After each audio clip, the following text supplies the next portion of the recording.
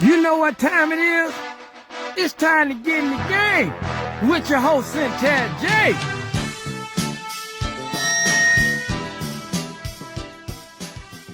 Good Tuesday evening, folks. What's going on? It's your girl, your favorite sports show host, Cynthia J, on your favorite sports show, Get in the Game, and I am excited. If you can tell, you guys know I'm like this every week because talking about sports is my life. But listen, you guys, for the past couple weeks, it's been all football. But we are going to transition and change into a new conversation. And what better person to do that with the man, not the myth. Not the myth. No. But a legend, an ACC legend, and we're going to talk about that. You have your ring on this evening? I do, He yep. does have his ring on. We might have to get a close-up of that later on. But Mr. Grayson Marshall Jr., and you guys know him here locally and internationally as an author, a speaker, a writer, an entrepreneur, a coach of the coaches. What am I missing?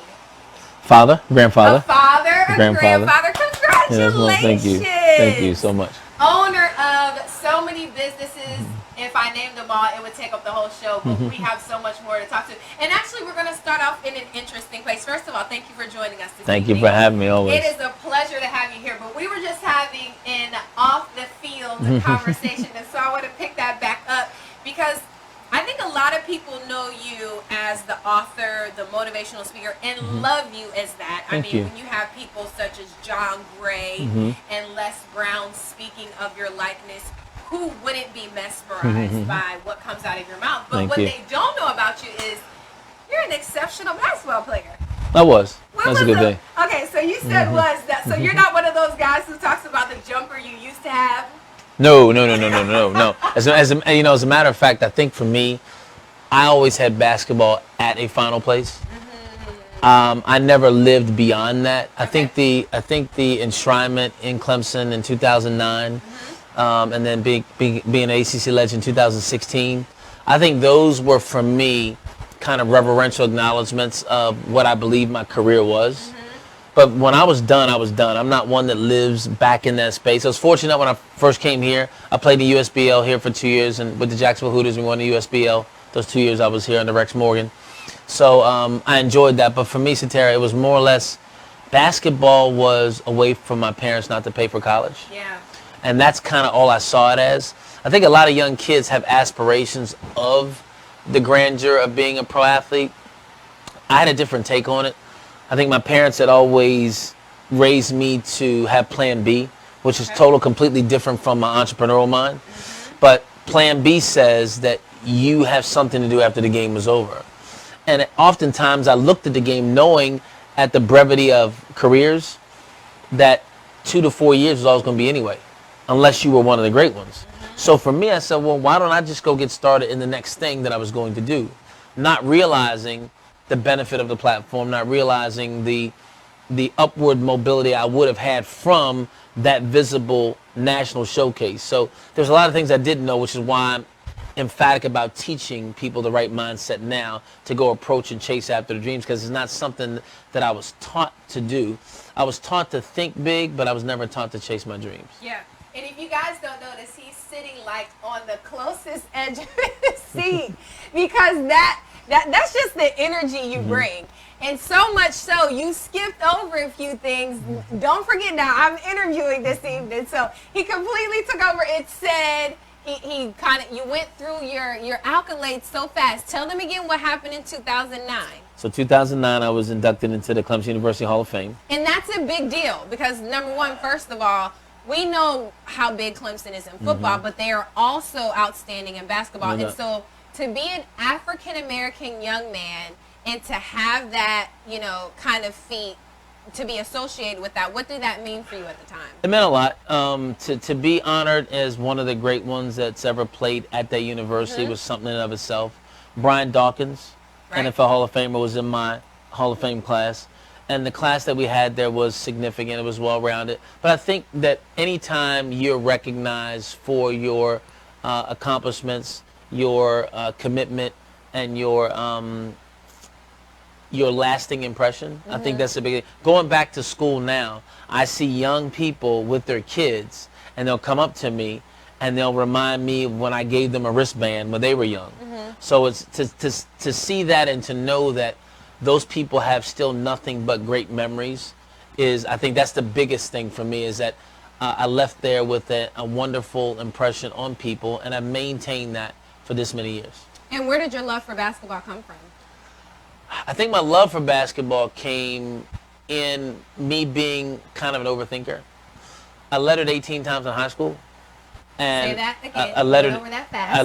I lettered 18 times in high school. And what does that mean for people who don't know? That means that I played enough sports to get a letter in high school. 18 of them. Now my natural sport was baseball. Okay. And that's what my grandfather really wanted me to play. He thought I was the most natural at that.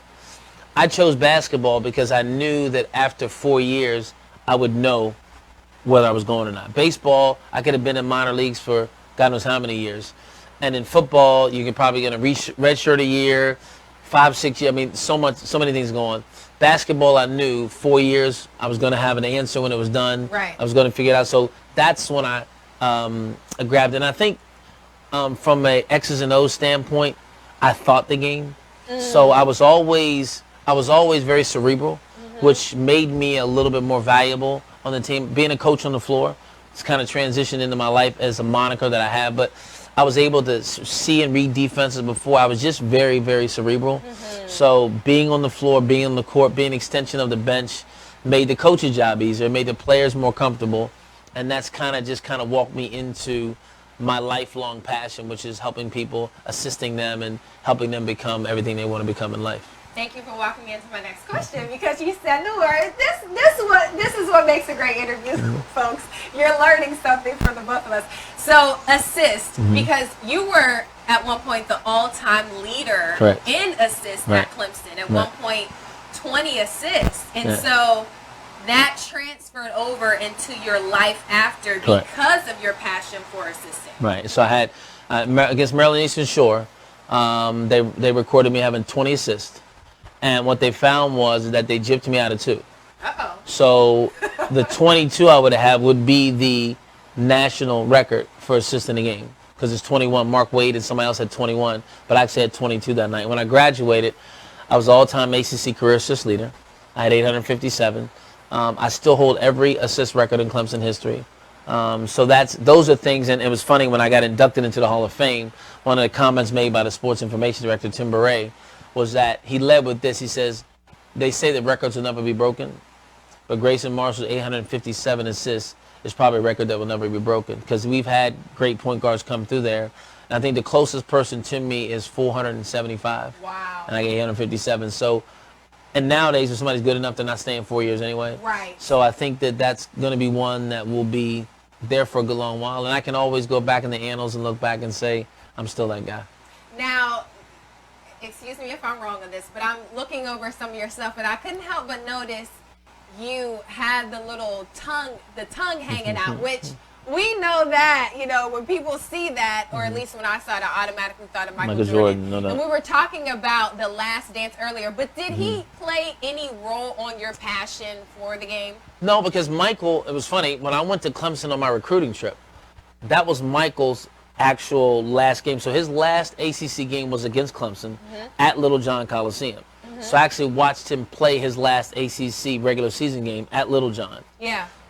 When you watched him, did you, being the analytical person and cerebral person that you were, did you see something in him? I think I saw something in him when they beat Georgetown. Okay. And because I'm from D.C., so John Thompson and his son were great friends of mine. I spent a lot of time at the Thompson house. So we, growing up in D.C., had a love for Georgetown basketball. And to see the Hoyas go and to have played Summer League with all those guys, when Michael hit that shot in 82, it was just like, and I think everybody put him on, he put himself on notice at that point. A freshman, no hesitation, 18 feet on the weak side on a ball reversal, that he didn't hesitate. I think everybody who's anybody kind of can remember where they were when they watched certain things. And that was one of those things. You can remember that shot. You know what you thought when it was there. And the rest is obviously history. And so let's be honest, that could have been you so easily because we were having the conversation about your former teammate Horace and how you're looking forward to episode number 5, and we won't spill the beans about that, but that could have been you playing with Mike. So do you ever look back on your career and feel like, man, I should have kept going, or why didn't I? Did you have any what-if moments? I did have what-if moments, and it wasn't because I had them. Being that Horace was a first-round draft pick, Chicago was there all the time. So had I pursued it, I had all those opportunities if I wanted them. I don't think I had a what-if moment until I went back to D.C. And a lot of guys that I grew up with would give me mess for not having playing. I mean, they were, because when I looked at certain people playing, I'm not putting anybody down, but John Crotty and some more guys that ended up playing in the league, they would look at me and they would be like, gee, look, dude making you money. And it wasn't until I really looked at that I even, and they would give me a hard time about it, in love, but at the same time, they looked at me like, bruh, you were there. We didn't even have that chance. They would have killed for it. And I was sitting there as the all-time ACC career assist leader. I'm doing everything that everybody wants, and I didn't pursue it. So I had those at times, and there were times going forward in life that, again, if I'd have known the platform and what the stage could have really brought me, I would have done it just for that. No, but I never looked down the road, because Plan B doesn't teach you to look down the road. Again, that's not vision chasing. Plan B teaches you to become comfortable, get into a groove, and stay in that, and that's not ever who I was. So it was a conflict in my whole spirit the whole time. Yeah. And before we get into your Plan B, when you look back on that, what about that avenue, was it something that didn't like appease your taste? What about it made you say, I'm going to stick with my Plan B and go another way? When I was little, I used to watch soap operas. Okay. And I would watch Young and the Restless and All My Children. Okay. And I would watch those. And what I loved about it was the way that they did business, even though it was television. I liked being in charge, being in control. Those were things that I liked, and that's what I really wanted. But I had nobody around me that was doing that. I grew up in a magnificent family, middle-class American D.C. My mother was a principal. My dad was a teacher. Yeah. My sister's currently the head of online education for the Department of Defense. So I grew up in a family of educated folks. But that's what they were going to be. They were going to be lifers at that. And I would sit there and dream, I want to own a business. I want to own a company. I want to fly in jets. I mean, that's the thing I wanted, but I couldn't talk to anybody about it. So I kept all that inside the whole time. When I got done playing ball and I wanted to pursue that, I didn't have a coach. So I made a lot of business mistakes because I didn't have anybody to teach me, which is why it's so important for me to spend the time talking about what that transition is after sports, what it's like, what you need to know, what they're not going to teach you, how your skill set transfers, how there's no way, in my perception, that an athlete that excels should ever be struggling out here in the world. And so that's what's important to me. So I think being indoctrinated into Plan B and fighting it, not knowing how to do the thing I wanted, was the biggest complexing thing that I ever had to face. And I had to kind of figure that out on my own. Now, you said something that I need to go back to because this kind of shocks me. You said you had no one to talk to about what you wanted to do. Why was that? Well, I think that nobody wanted to, I never knew anybody wanted to be an entrepreneur. I never heard the word before. You know, it was nothing that I never heard. Nobody around me owned a small business. I mean, I had an uncle growing up owned a liquor store, but I didn't have anybody who was a business person. You know, so I didn't have anybody to talk to about it. And oftentimes, when you're the only one in a room, you feel shameful for even thinking that way. You get really, really reserved and thinking, why am I thinking like this and nobody else is? You know, the individuality that comes with being an entrepreneur and a small business owner is a characteristic that you have to have, but it's also a flaw to most people. So if you don't really know who you are, if your mindset isn't a certain way, you're going to run into obstacles, and then you're going to run into I told you so's. And no entrepreneur that's in their mind wants to hear, I told you so. You'd rather be around people that say, okay, well, you messed that one up, do it again. And when I look at sports and I look at the world that we live in, we're the only world that pays for failure. So when you look at baseball players get out 7 out of 10 times. They get paid millions and millions of dollars to get out twice as much than they get hits. Basketball players get paid to miss more shots than they make. They miss 60% of their shots, they make 40. So we're the only country that pays for failure. And we're not taught that because school teaches you that failure is bad. So if you have a mindset that failure is bad, the only access door to success is through failure. So basically, we've been programmed and taught how not to succeed.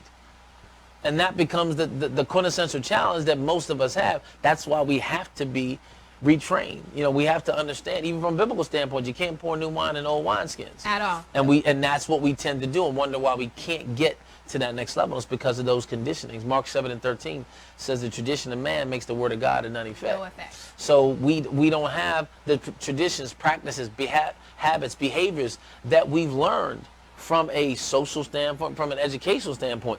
They may have some merit and value because that's how I quantify my level of success, but they do you no good when you're pursuing that thing you want to pursue. And so I had to learn that the hard way, but again, failure pays.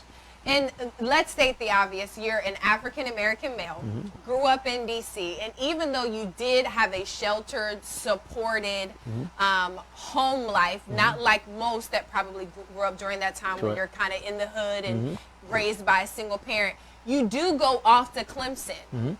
And you go off to Clemson with a full ride, with the possible potential to play professionally at any point in time, even when you were thinking about, I'm still going to be an entrepreneur. Were there moments of adversity where people looked at you like, or you felt like, I don't see any men that look like me doing this. Maybe I should go the other route. You know what? I don't ever think I thought about it that way. And I think it's because being raised in a quasi-multicultural world in D.C., I was never overwhelmed by being a minority. My mother taught me never to use that as a crutch. It's not easy as an African American, and you got to do it better. So I was always taught I had to be smarter. I was always taught I had to be faster. I was always taught I had to be better.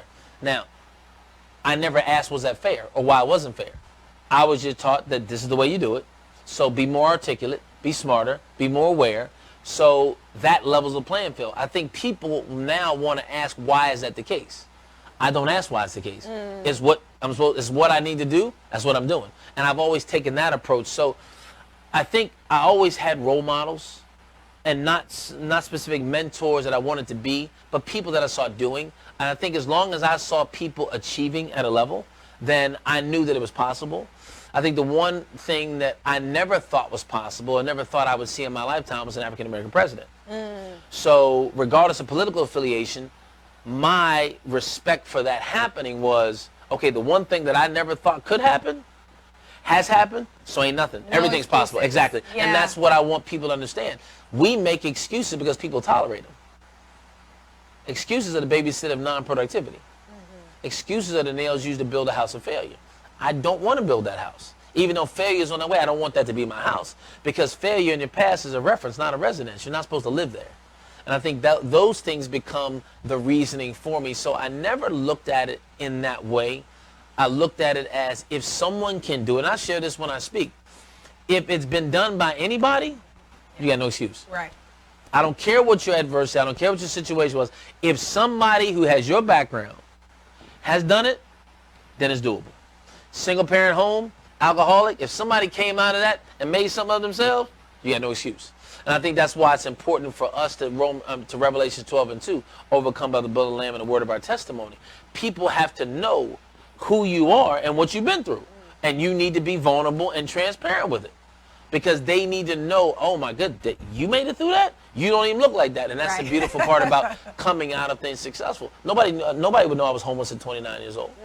I mean, all those things are part of my life. Nobody would know that. Nobody would know that I couldn't go home after Monday night because I knew the lights were out, so I wouldn't go home until midnight so I could just get in bed and go to sleep because I couldn't pay everything until Friday. I went through those days. I went through 3 and 4 days of not eating. You don't look like that, so they don't think it's there. And that's why it's important for you to tell your story. And I think one of the things with ESPN 30 for 30, the one thing I loved about those stories, or when I look at Unsung on BET, I see the stories, and you see what these folks actually went through.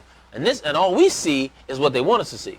but I love seeing the backdrop because that tells me why the character is built, why the intestinal fortitude was there, why they moved and kept going beyond, because this is what they had to face, this is what they had to go and make happen because of what they had been through. So obviously there was a point after basketball at Clemson where you made the decision, continued in the decision. So what was the next step? I went back home to D.C. Mama's house, mama's rules. That wasn't going to work. So I left D.C. and a good friend of mine who was a tennis player at Clemson was living down here in Ponte Vedra.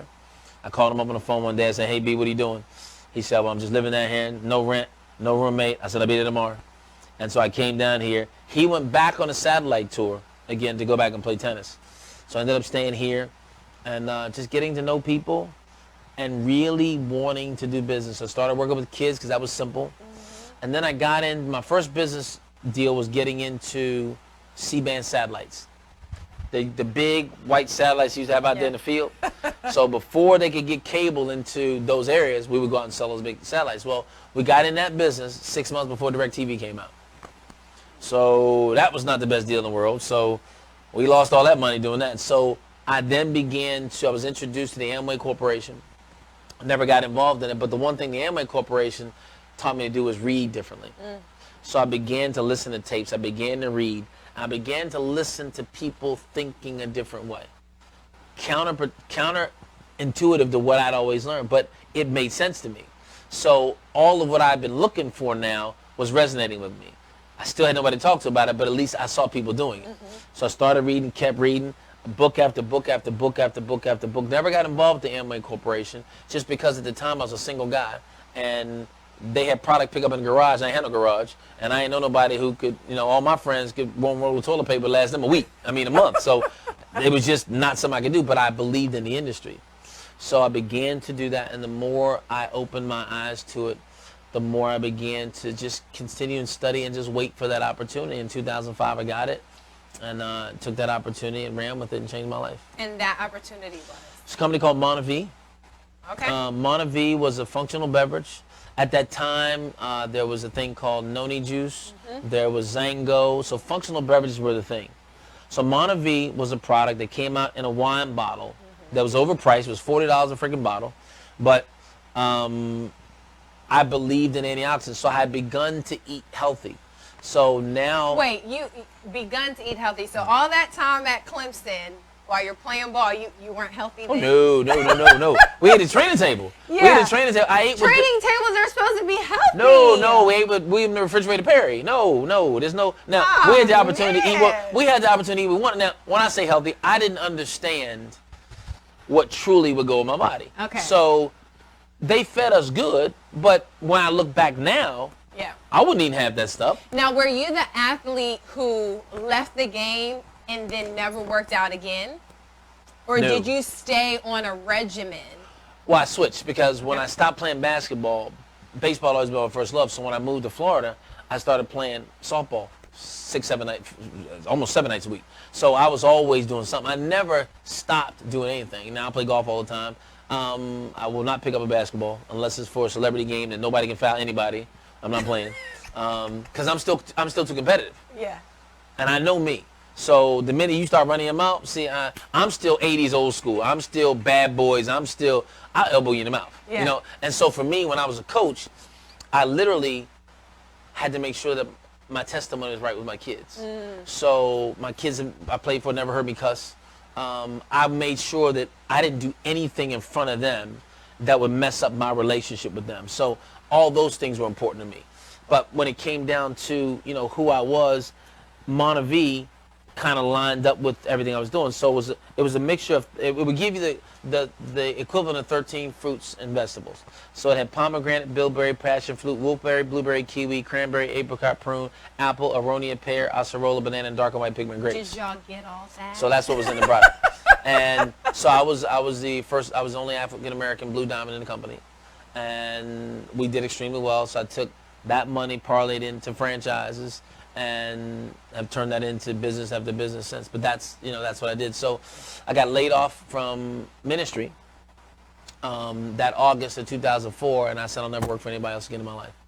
I was at ministry at a church, and I love the Potter's House. I was there, but they went in a different direction, so my time there ended, and I said I'll never work for anybody again. So that's when I got into it, and from that point on in 2005, I've just been a business guy ever since. So on your website, there's a quote that says, "The guy that gets you to believe in you." Mm-hmm. That's you. Yes, no doubt. How do you do that? I think when people become motivational, it's about them motivating you on their terms. Come to see somebody speak, they're there to see that person, their influence, their direction, their accomplishments. For me, I'm about you. So when I deal with you, let's do what you want to do. Where do you want to go? Who do you want to become? I got to get you to believe in you. If I believe in you, that's great. We're not going anywhere unless you believe in you. And so building people's self-esteem through their own personal why statement, developing things in them that make them say, yes, I can do this. And it doesn't matter what area of life it's in. I give them some basics so they can understand, here's what has to be established before you can go anywhere. But I can get you to believe in you. John 14:12 says this, greater works than these shall you do because I go to be with my Father. And that verse of scripture is the one that I stand on when I'm doing this type of teaching. If Jesus can say to people, I expect you to do more than I did, that's a tall order. Because we all know what he did, those of you all that believe like we believe. That's a tall order. So I'm no good of a leader if I don't teach you to be better than me.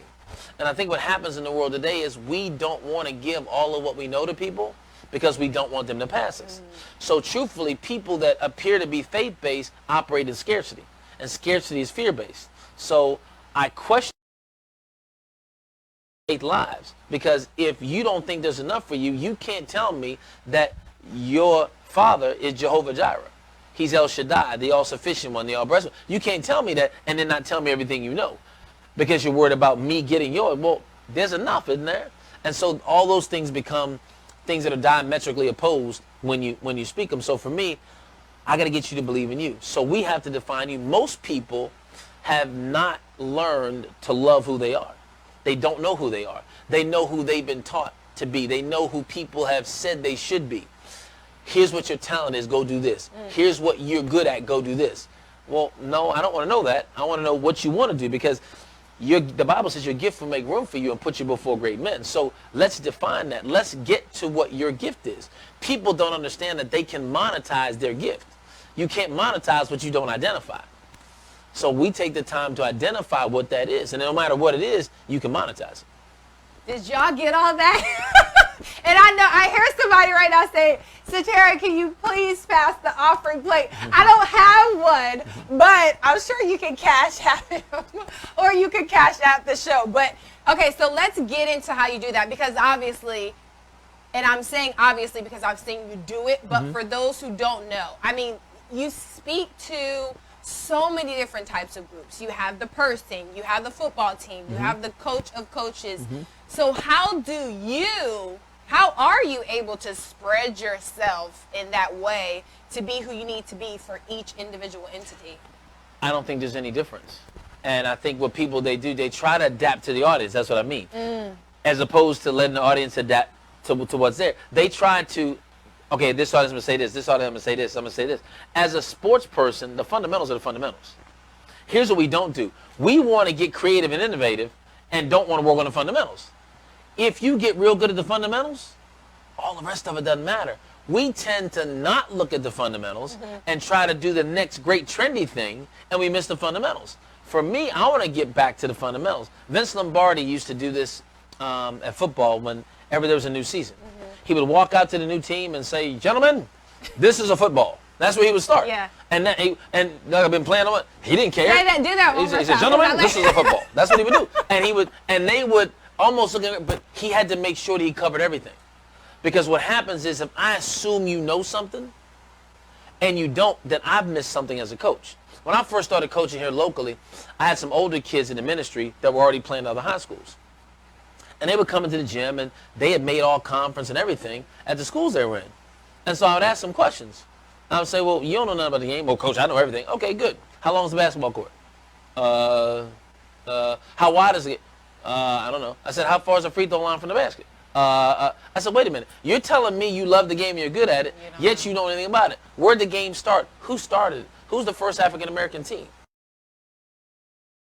You care about something, you begin to know the history of it. You take a full-blown commitment and conscious pursuit of it. They were just playing it. So when I finally got them into the game, they were like, Coach, we don't know none of this. And they've been playing for so many years because people skip over it. They may look at your talent and say, well, let me play the talent as opposed to develop the person. And for me, it's about developing the person. So when it comes down to the audience, I can take the simple keys and I can make them fit any audience. Because if I can get you to do this, then it wins. Basketball is real simple. It's still pick and roll. I don't care what else you draw up there, it's still pick and roll. I don't care how complicated you make it. It could be the triangle offense. It could be San Antonio. It could be Golden State. It doesn't matter. It's still pick and roll. You still got to come off the pick. You still got to make somebody pick you up and find an open man. It's still ball reversal. There's some things that are never going to go away. I don't care if you want to add a stretch four and move it. All of those things become nuances that become nouveau in the new game. The game is still simple. Football's still blocking and tackling. I don't care what you want to do. You can be 5 wide, do whatever you want. If you don't block, if you don't tackle, it's not going to happen. Yeah. And those are things that I think we get away from. You know, he's Preston, who's sitting here as a former pro football player, and technique is a big thing. You know, footwork and hips and all that kind of stuff. Okay, that sounds good, but we get in all this, and now we look at training and all those things, and now all of a sudden you got to use this machine and that machine, and this machine work better. Go back down. I'm gonna look at Herschel Walker. Herschel Walker ain't doing no push-ups and sit-ups. And y'all can look at that man right now. And he did yoga. Yoga and ballet. And Yes, but I'm saying, none of those things would translate into these new fangled machines that we're getting on. Right. And still, he looks younger than he has been in any time right now, doing a little stuff. And I think we try so much to be so innovative that we get away from the simple stuff. Here's what we have to do. Here's what you weren't taught. Here's why it's hard to go back. Here's why your mind is the way it is. Here's why you think the way you do. I'm called a metacognition maven, and for this reason. Metacognition, by definition, means the understanding and awareness of how you think. The Bible says, as a man thinketh in his heart, so is he. So if I can get you to get to those areas and realize that the decisions you're making because of the way you're thinking, and if you change the way you think, you change decisions, we're getting into some simple stuff. Now, how much of this, because I don't know if it's the way that other athletes view other athletes, but how much of how you coach, how you do business, do you think comes from organized sports? Almost all of it. Almost all of it. But I don't implement it in the same way. You never hear me cuss from the stage. And that was part of an accepted ritual as a player. You know, the coach gonna cuss you out. You know, that's just where it was. So I'll never do that. But I think what I was able to do is I was able to look at why the transition is so tough. Statistics show, and these are NFL statistics, that 90% of pro football players, 2 years removed from the sport, have been through a bankruptcy, divorce, or they're in prison. That's their statistics. Now, what shocks me is these are your statistics, you know it, and you're not doing anything about it. So what I've been able, I had to look and say, okay, why is that the case? Well, first thing I figured out was, go ahead. I'm sorry, just to interrupt. And when you say your statistics, he's referring to the NFL. Correct. He's talking to the NFL. So I just want to put that and that's what they put out. Figure out, okay, so what is it? Well, I began to look at it. It's a business. You guys are high-paid employees. You're no better than a W-2 employee out here. But what happens is that because your money puts you in the top 1% of wage earners in the world, you think you're an entrepreneur. You think you're a business person, which is why most of y'all get taken because you're not equipped. You haven't studied that business. You know, Mark Brunell's a good friend of mine, and Mark has some financial challenges here in business. And one of the things I talked to him about, he said to me, he said, Grace, I wish I'd have met you 20 years earlier. And one of the things I said to him, Mark, was if you're going to get into a franchise, before you buy one, go work at one. They bought Whataburger, and they took a hit on Whataburger. But here's what I suggest. Go work at a Whataburger for one summer and learn about food costs. Learn about employees, how they work, and see if that's really what you want to see if that's really what you want to do from a business standpoint. Right. Sharon Wright, who's a good friend of mine, we're going up in June in June to do a charity golf tournament for him. He just had his leg amputated. Sharon was a first-round draft pick. But he called me 2 years ago, and he said he called me Big Little Bruh, and because he's 6'10", and he was telling me about things he was going through, and he said his business venture was opening up barbershops. Well, he was playing overseas. He said, bro, I was losing money. I said, let me talk to you. You open a cash business and you across the water? You can't monitor that. Yeah. But they didn't think about it. He said, because when I'm home, of course, they can't rob you while you're sitting there. But you dealing with a cash business overseas. All these guys want to open up nightclubs. They want to open up strip joints. They want to open up all these things. Do you not understand it's not a viable business? Your bartenders are going to beat you out of half your money because they're going to overpour and keep it. It's a cash business that you can't track any of it. And you run the risk of violation day after day after day. You run sexual harassment potential, everything. Why would you put yourself in those positions? But they don't think that way. It's the life that they live as an athlete. So they still want to live that way. They don't take the right approach, and this isn't all of them, because you got guys like Ray Allen and some more of these guys that do very well. Ray negotiated his own contract. So you got some, but they're the true minority. Right. Why do you think, and guys who are watching, we're going to go over in time. It's okay. You can still sit and watch it, and we'll probably. What do you think? Because people are watching you right now, and I can hear my listeners saying, why was it so easy for you to transition, and it's so hard, especially for our sons and our brothers and our husbands? Why is it so difficult for the others to transition? Don't get it twisted. It wasn't easy. But I think what I was willing to learn is what I talk to athletes about now. I talk to them about what you have to learn. What you were willing to learn. Correct. So correct.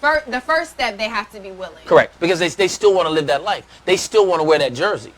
They still don't understand that. Does ego play a role in that? All day too? long. Okay. But I think it's more fear, and this is what I've come to understand. It's less ego and it's more fear. They don't know how to transition or transfer their skill set. Because up until now, 4-3 meant something. Running 4-3-40 don't mean nothing out there.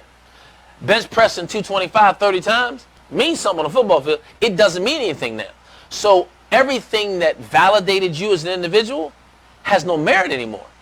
And especially if you weren't a marquee person, you're easily forgotten with the next thing. So they don't want that to go. They want to live that life as long as they can, not realizing they never created a monetary way for that to give them some value. So we just had a draft, and we had a draft prospect here on the show, and I know you know a lot of rookies, and sometimes you go and you'll speak to the rookie class.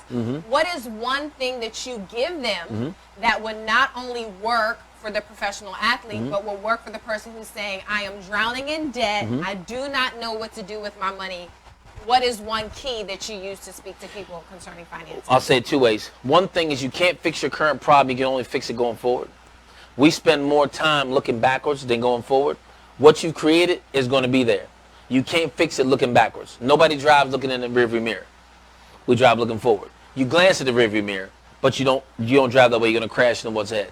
But what I talk to athletes about is I talk to them about understanding their contract. Their rookie deal is going to be 3 years. So here's what I usually suggest to them when I talk to them. Who are two dudes you can live with? Find two dudes you can live with.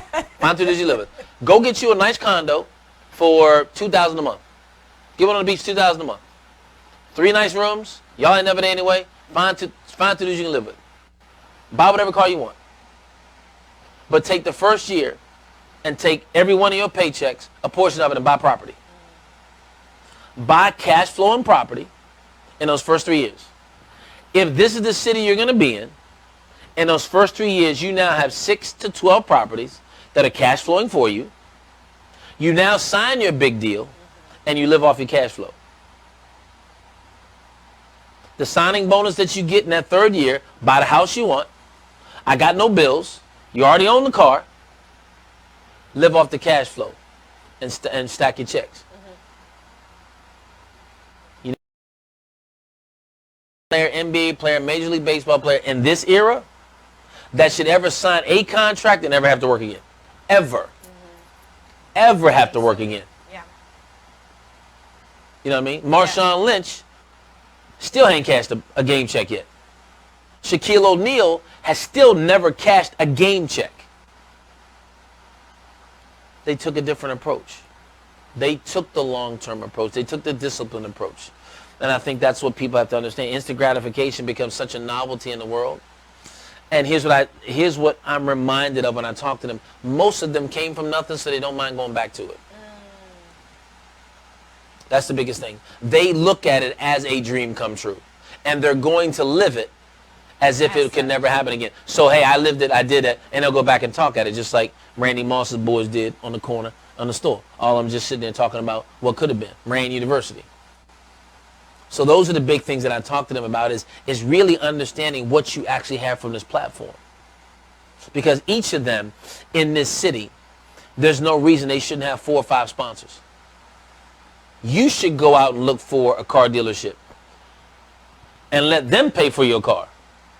You should go look for a restaurant. You should go look for a clothier. All these things are things that you should be looking for, making yourself marketable. But I got to be honest with you, when you come and you got your hair everywhere, you can't be the spokesperson for half the thing. I'm sorry.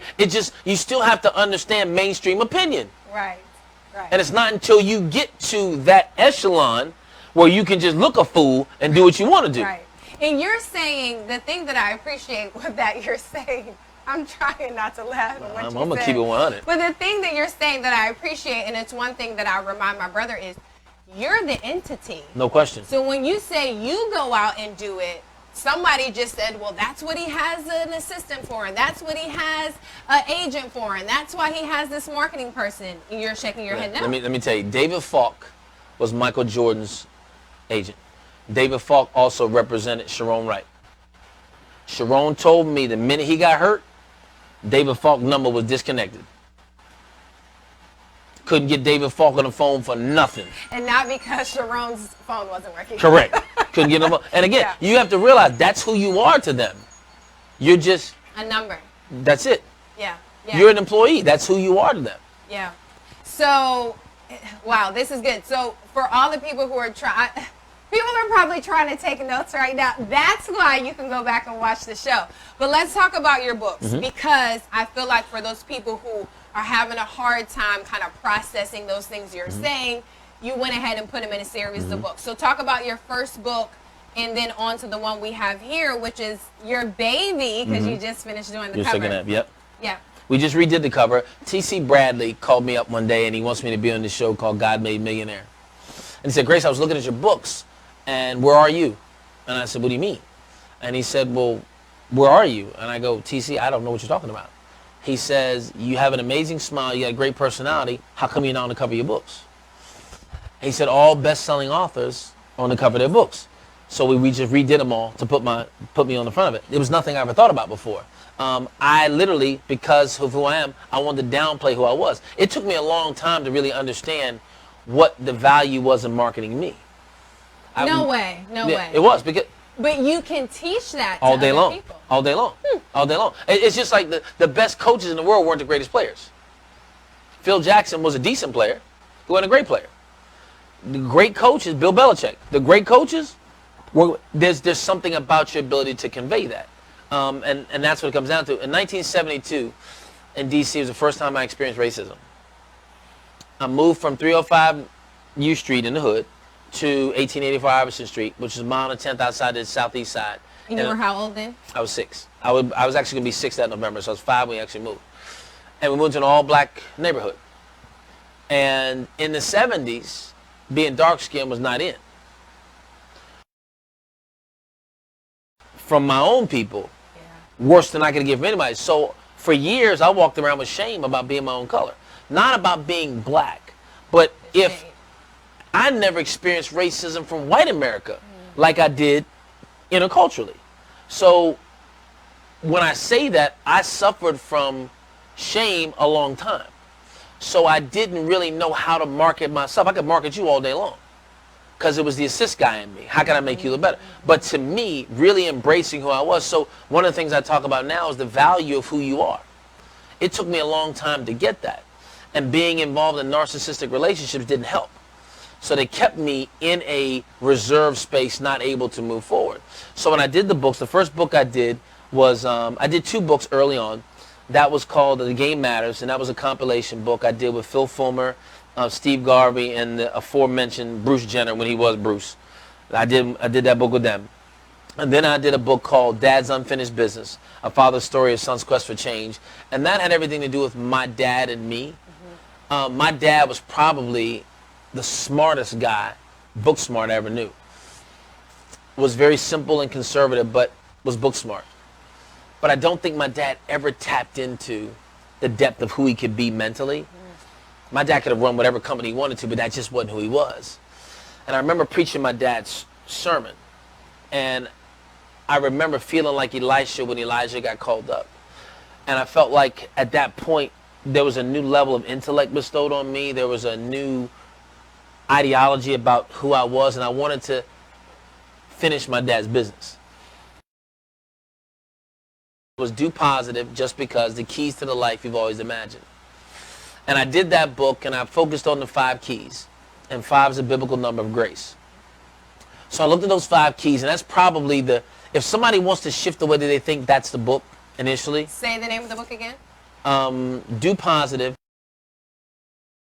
to the life you've always imagined. It comes from 1 John 4:18, where it says perfect love cast out all fear. What's perfect love? We all know that as agape love, unconditional love. So I took 5 keys, 5 is the number of grace. The first key is own where you are today. No, don't give it to Oh, okay. them. Well, y'all gotta look at the book. You I'm gotta sorry. buy the book. Yes, get the book. This Go to is Amazon, where go to my I website. step in and say, I'm sorry. no, we're moving on. You got Okay, next book was. So what I did, the next book was Maintaining Greatness, that Les Brown did the forward for. Okay. And that book Who is a good friend of yours who you Correct. traveled with. Yes. Correct. Okay. So that's my guy. Yeah. And that book came out of me speaking at Clemson University at the entrepreneurial school. Okay. They called me up, and I did 4 sessions there. And the last session that I did for one of the classes, one of the young men asked me, he said, Mr. Marshall, can I ask you a question? And I said, yeah. He said, what does it take to become great? Wow. And I said, well, that's a tough question for me. I said, because you were born great. Genesis 1:26 says you were born in the image and likeness of God. So in my opinion, you were born great. I said, where people struggle with is understanding how to maintain that. Is this in the book? Yeah. That's We're in the not book. giving it to him. But that's in there. So Move how on to to the maintain next greatness. book. So this is my newest Go book here. get the book. This is my newest book here, your second half. Yes. Um, Love this. And that book, so what I did was I took the keys. I always wanted to do like a chicken soup for the soul. So I didn't want to follow that way, but this book is almost a sports version of Do Positive. So there's 5 keys in that book that go specifically towards athletes that are in the same vertical. However, I deal with them from sports analogies and sports vernacular. Anybody can read that book because it's just sports analogies, but the athlete will get a deeper meaning out of it because I'm talking about athletes. They'll relate to the conversation. I'll give you just the first key. The first key is Just the first. study the film because the eye in the sky doesn't lie. So when we, as athletes, could have a good game. You could have a game where you think you did it all, everything is wonderful, the papers are there, you get interviewed, go hit that film room. Coach will let you know that, bro, you didn't do a darn thing in that game. You missed here, you missed here, you missed here. And I think that is the accountability that you have to go to the next level. So athletes understand that.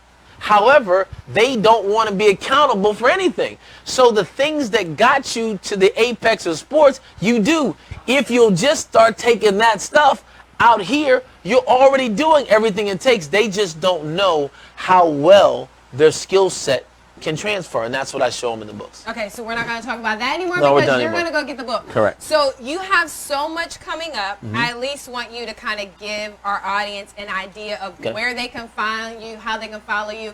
And speaking of, you and I talked earlier, we're not concerned about COVID, but has COVID in any way, shape, or form affected your businesses? It's affected my business only because the economy that I cater to in marketing was shut, of no volition of those people. So it did affect it. But again, if you truly understand Ecclesiastes 11:2, where it says we should have 7 to 8 streams of income, if you really understand that and that's what you apply in your life, it's 4 times like this, and that's exactly what it's for. So I think the bigger thing, Satara, is that what it really showed me was how much fear is still in the world, how much manipulation is still evident. And it shows me how much room we still have to grow. So for me, it was a resonating reminder of why I do what I do. My job is to bring information. Amateurs convince people. Professionals sort them out. Because a man convinced against his will is of the same opinion still. You can't change people. So for me, it's an opportunity to bring information. I'm not here to tell you what to do. I'm going to just lay it out there. I believe that the world belongs to them that are willing to change their mind when the facts have been presented. So let's look at it this way. You don't want to believe something. You don't want to look at it because it's going to cause you to have to change. It's going to cause you to maybe have to redefine who you are, what you believe in. But it's my job to challenge you that way. And that's why I'm a coach. A true coach interferes in the lives of other people to get them where they say they want to go. I'm not here for you to like me. I'm here to get you where you want to go. And true coach people, if they really love you, they're not going to let you get away with stuff. They're going to hold you accountable. And it may hurt for a minute. You may feel some sort of way and be in your feelings for a second. But further down the road, you'll appreciate, you know what? I'm glad that happened. You know what? So do me a favor and hold our viewers accountable to something, because I love what you just said. They know what kind of show this is, but you have an opportunity, we have an opportunity to hear you hold them accountable to something. Accountable to is what you truly believe in. It doesn't matter to me what you believe. Stay true to it. The Bible talks in James 1:5. It says, if any man has doubt, he should not expect anything from God. It goes on 2 verses later, talked about a double-minded man. I'd rather see people take a stance. Now, is it challenging? Of course it is, because you have adopted certain ideologies based on what you believe to be true. African Americans predominantly are Democrat. When you look at the history of the Democratic Party, the Democrats were the one that wanted slavery. I don't understand it. Christians are by nature, quote unquote, Republican. But at the same time, I have Democratic Christians that are for abortion, but Christianity says, so again, I don't care where you stand, just stand somewhere consistently. And I think that's the thing I want people to come here. Get some more information. The Bible says, study to show thyself approved unto God, a workman need not be ashamed, rightly dividing the word of truth. You've got to go and figure out what truth is. You can't group think anymore. You got to you think. And I want people to get to a place where you start having a thought for yourself. I just believe that if you give people the right information, they can make an intelligence. I believe that in people. That's going to be his next book, so I'm not going to let him. I'm going to be his publicist right now and play on that, because he just wrote another book. So instead, how do they get in touch with you? All right, GraysonMarshallJr.com is my website. Grayson Marshall with 2 L's, JR.com. I'm on TikTok, The Real GM. Y'all follow me on TikTok. I'm on TikTok, The Real GM. Oh my God. Look, again, I have to, here's what I believe. If Shaquille and Kevin Hart can be on TikTok, if J-Lo and A-Rod can be on TikTok, then you need to be where, there's a reason that they're there. There's a reason. So you kind of have to model what other folks are doing. And I don't care what they tell me it's for. If they're there, then I need to have a presence there as well. On Instagram, The Real GM as well. Facebook, Grayson Marshall. Twitter, at GMarshallJR10, I think. Yeah, at GMarshallJR10. But if you go to his website, you can get to all of them. All Correct. the social media Correct. platforms. Will you come back again? Of course. Yeah, he will. I get a chance to talk, right? Yeah. Oh, I'm good. Yes. And No I doubt. get a chance to be your publicist, You got it. It's all and good. your interviewer, and the reporter. Listen, guys, we are wrapping up. Thank you for going the extra mile with us this evening. I'm sure you were glad you did. You know who we are. Get in the game. You can catch us here live every Tuesday at 6:30 p.m. We do have a special show coming up this Saturday at 5 p.m., so tune in for that. And don't forget, in the month of May, we are acknowledging mothers of professional athletes, so you are definitely not going to want to miss the lineup for that. Follow us on Instagram and Twitter. My account's at Bunch of Legs, LEGZZ. Maybe I'll tell you that story one day myself. And follow us on Facebook at Satara Bunch. That's Bunch with an E. Or our 904 Live network page. Thank you so much to my special guest. Thank you for having the me. man himself, Mr. Grayson Marshall Jr. and Preston, who joined him here live in the studio. Thank you to our Producers, Stefan Petty, Miss Allen, the best momager in the world who couldn't be here this evening, Miss Melinda Henry, and my stylist, Barbara J. We love you guys. Don't forget what he said. Take a stand on something and be firm-footed in your stance, for goodness sakes. Exactly. We'll have him back sitting on the edge of your seat again soon. You guys enjoy the rest of your evening, and don't forget, get in the game. Follow us on YouTube. Get in the game with Satara J. See you guys on Saturday. Have a good night. Thanks. All good.